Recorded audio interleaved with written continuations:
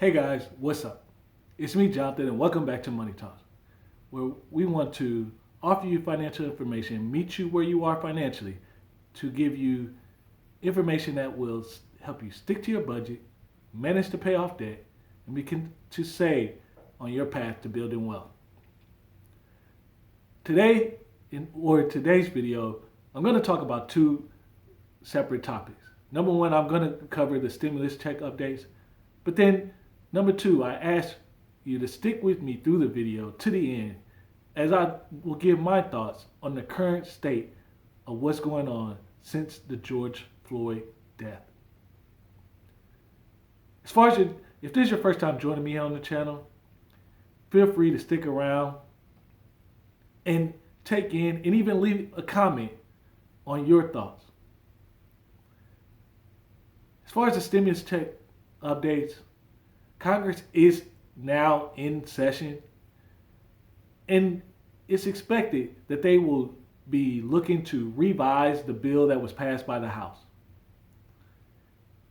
And that, after that, so McCollough already stated that, hey, they're going to take the lead on it.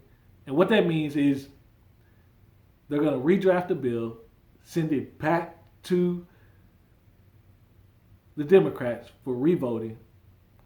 And part of that bill is really stuck on liability protections, stimulus, but the projected timeline right now is late June and into early July, where you could see some actual voting. So negotiations on that bill, that's what's going to be going on, but likely and highly likely negotiations could be those last couple of weeks of June this month, and then right at the end, a vote for the next bill. And I'll do my best to keep those updates coming with you going forward. As well as, just to clarify, recently Donald Trump signed a veto to student loan bill that was going through. And what that bill basically did was it clamped down on ways that if you went to a school that was shut down, closed, for bankruptcy, because there were a lot of these situations just over the past couple of years, Vaderod and some other scenarios, where students who went there showed up and the school was closed down, but yet they still had the student loans. Those student loans in those scenarios would be forgiven.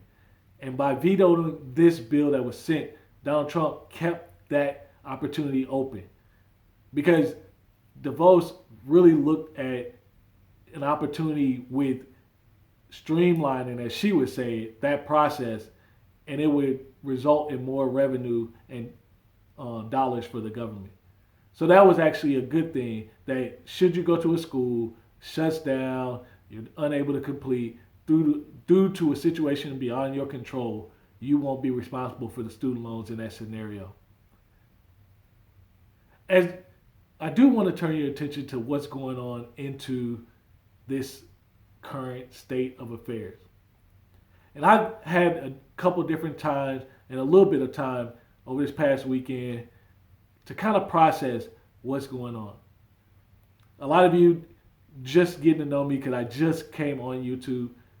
But one of the things about me is I grew up in St. Louis. I stay in Charlotte now. And I live just a few blocks, about 5 minutes from where Mike Brown was murdered. And I'm all too familiar with the Ferguson-Florissant precinct.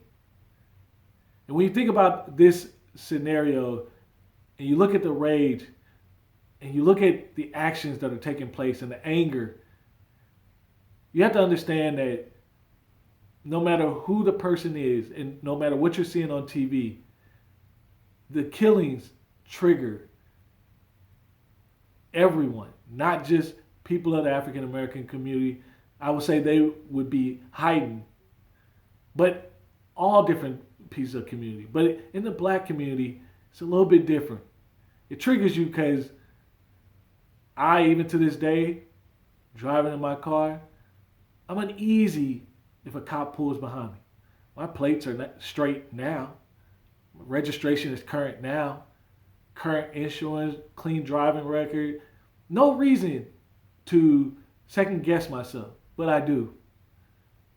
Or just simply walking down the street. I do look away and I do try to make sure I'm being conscious and aware of everything that's going on from a safety procedure.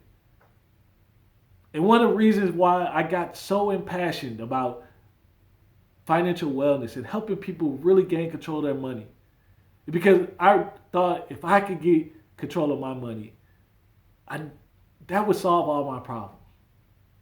I wouldn't be treated differently. I wouldn't be turned down on too many things. Nothing else would matter. And the fact is, just the opposite of that. There are NFL players and several examples over just the past few years where people have deposited checks and been treated unfairly or unfairly questioned at banks. And when we think about the financial services industry as a whole, how certain areas people wouldn't want to build buildings in or lend money to, that gentrification. And I thought it was a money problem. And for so long, I've always thought it was a money problem. And it's why I've been impassioned to help people who I know may have a low income or just don't know how to deal with their money, give them a better chance to have more options in their current life, and then often their kids as well. So George Floyd, like myself, triggered me as well. I've been locked up. But I grew up, went to a private school, and when I really hear people talk about this privilege, it's one of those things that you don't even know. You don't know what privilege is. And the emotions that are going on right now, they're fair for everyone because behind those emotions is an experience. Someone may have been treated differently. Someone may have had been treated unfairly at their job or even when they were growing up. And seeing that act through murder puts a pain point and triggers a person to really think, will it ever get better? Will it ever get better? This is not something money will fix because it's not a money problem. Yes, I do believe money can influence and what's going on right now, meaning racism and all the commotion and how we've been compressed and everyone's been sitting in their homes for the last couple of months, isn't adding to the equation. Isn't making things better. The rioting and looting, that's not going to solve this problem. That's not going to help us move forward. In fact, that's taking down people's businesses that maybe they were already struggling to survive, but now it just wiped them out. Another instance of people not being able to recover. And we still haven't gotten a full grasp on the virus scenario. So in a couple different ways are people losing their lives right now. Tension and emotions are at an all-time high. And I would just encourage anyone, do you want to learn more? Ask a question. I will say this. In this instance, it's different. Not because of the situation, but if you look at how members of every race is on the front line. Not because they get it, but because they're in support of it. One of the things that was key through all the news is, hey, listen. Listen to what's going on. Because it's not a money problem. This is a safety concern. What we're talking about is people have been told that it's one nation, under God, indivisible, with liberty and justice for all. Liberty, freedoms, equal to everyone, no matter what the race is. Justice, meaning everyone is treated. And if you do wrong, no matter what the case may be, you're held to the same standard. And by pledging allegiance to that contract, and when that contract is broken by anyone, that's where anger comes. That's where confusion comes. So it's not a money issue. That may be a little bit part of the problem. But we're talking about a safety concern. And this is no news or not anything new, because many people have already been pushing for criminal reform. And I can't say I have any solution. I can only speak on my experience. Do I feel uncomfortable? Have I felt uncomfortable? Yes. All the time. I do this no matter what your race is. I want to help you. But I can't sit back and not say anything. Because, again, this isn't a money issue. And just because it's not a money issue doesn't mean it doesn't affect us all. Because even though we may be going through it as an African American culture, a Latino culture, an Asian culture, whatever the case may be, our white counterparts are still affected by it. And not saying they're affected more or less, but they are affected because they have to watch. And they're, in some cases, troubled. I will tell you, it's encouraging to see that so many people are reaching out and joining hands. But looting is not going to solve the problem. Continue to vote. Continue to exercise your right. And continue to speak out.